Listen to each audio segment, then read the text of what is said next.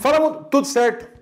Eu sou Ronaldo Bergamasco e seja muito bem-vindo ao canal Mundano. Alguma vez você já parou para pensar como é que uma língua foi parar naquele lugar? Sabe, uma língua que você sabe que surgiu, é mais falada numa região do mundo e está sendo falada em outra. Como é que isso foi para lá? É isso que vamos falar nesse vídeo. Mas antes, recadinho do Husky. Mais uma vez, o Husky, que é uma ferramenta para quem recebe dinheiro do exterior, para quem também tem canal no YouTube, para quem recebe dinheiro de outras plataformas do exterior. O Husky é um serviço transparente, taxa baixa, 2% por transação, convertido no dólar do dia, totalmente transparente, rápido, fácil, sem burocracia nenhuma. E o Husky que tá junto com a gente aqui, eles deixaram um agrado para vocês. Tem um link aí na descrição. Você vai nesse link aí e você vai poder experimentar que a primeira transação será de graça, tá, gente? E mais um regalinho para vocês. Por esse link, a sua taxa não será de 2%, mas será de 1% ao mês apenas, tá? Para você que precisa dessa ferramenta, não dá a perder. Então vamos lá, como é que essas línguas foram para ali? Mas antes, roda a vinheta.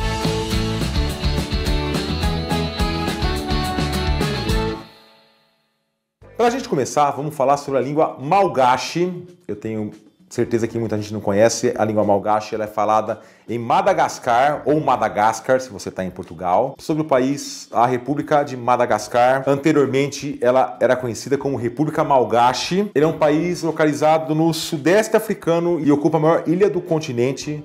Ela tem mais ou menos o tamanho do estado de Minas Gerais e abriga cerca de 30 milhões de habitantes. A capital e maior cidade é Antananarivo e as línguas oficiais são o inglês e o malgache.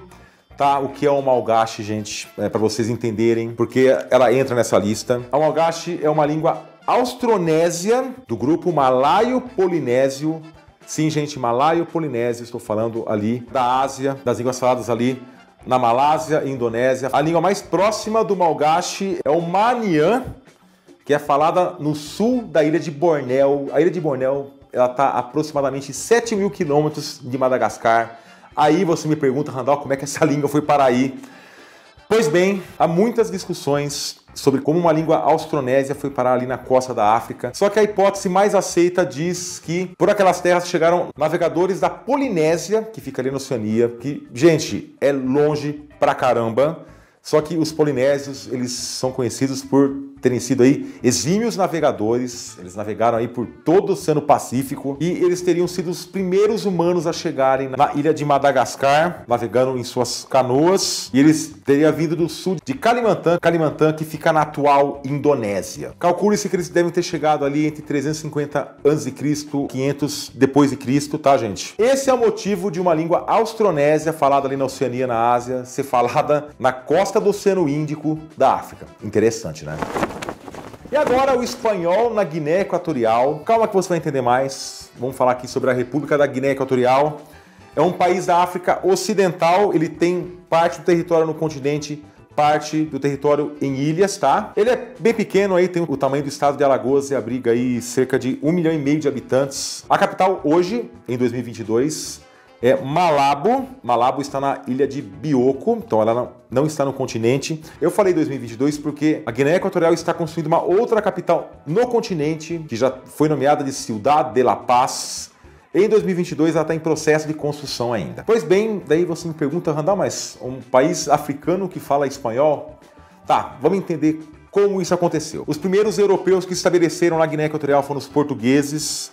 Em 1493, quando Dom João II ele se declarou o senhor da Guiné, essas terras ficaram na mão dos portugueses até 1778, quando esses territórios foram entregues aos espanhóis. Eles fizeram uma troca com uma terra disputada aqui na América do Sul, então a região da Guiné foi trocada pela colônia de Sacramento no atual Uruguai, tá, gente? Já em 1909, ainda na mão da Espanha, ela fazia parte dos territórios espanhóis del Golfo de Guiné e ela foi se tornar independente apenas em 1968, aí sim como Guiné Equatorial. Gente, uma curiosidade, hoje as línguas oficiais da Guiné Equatorial são o espanhol, o francês e o português. O espanhol foi banido desse país entre 1970 e 1979. Ele era considerado uma das línguas importadas faladas no país, então ele foi banido e depois voltou como língua oficial.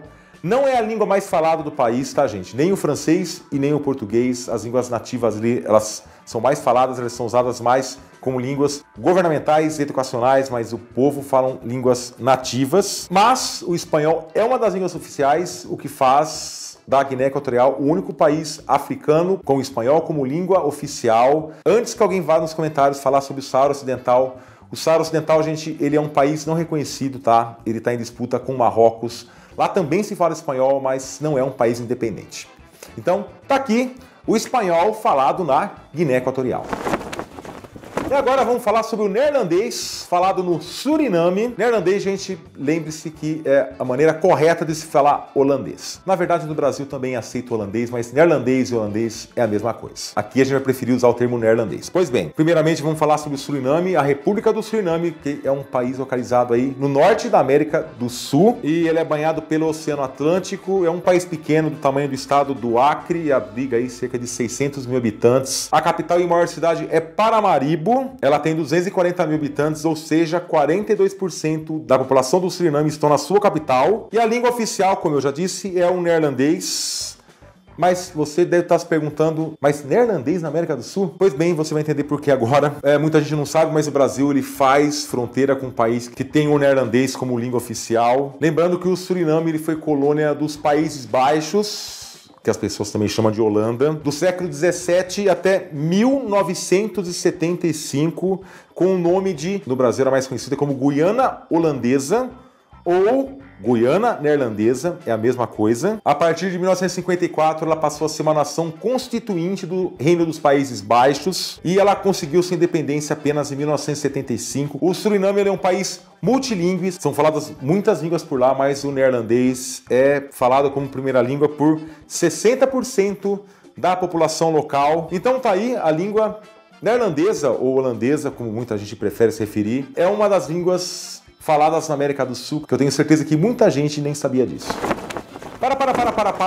Vamos lá, gente. Por favor, desce aí, deixa um gostei aí embaixo. Fala pro YouTube que esse vídeo é legal, que você gostou. E se você não fez isso ainda, por favor, inscreva-se no canal e ative o sininho para você receber notificações de novos vídeos. E também tá o Pix aí na tela para quem quiser fazer uma doação. Se você puder e se você quiser. Muita gente pedia nos comentários, agora tá aí. Bom, já fez isso? Vamos continuar. E agora vamos falar sobre o alemão na Namíbia, na África. A República da Namíbia é um país no sul da África, tem o tamanho aí do estado do Mato Grosso e abriga cerca de 2,5 milhões de habitantes. A capital é Windhoek, ou há também um nome em português, Windhoek, tá? Tanto faz, Windhoek ou Windhoek. E a língua oficial hoje, daqui a pouco você vai entender por quê, é o inglês. Na Namíbia se fala dezenas de línguas ali nativas, locais e também não nativas e não locais, tá?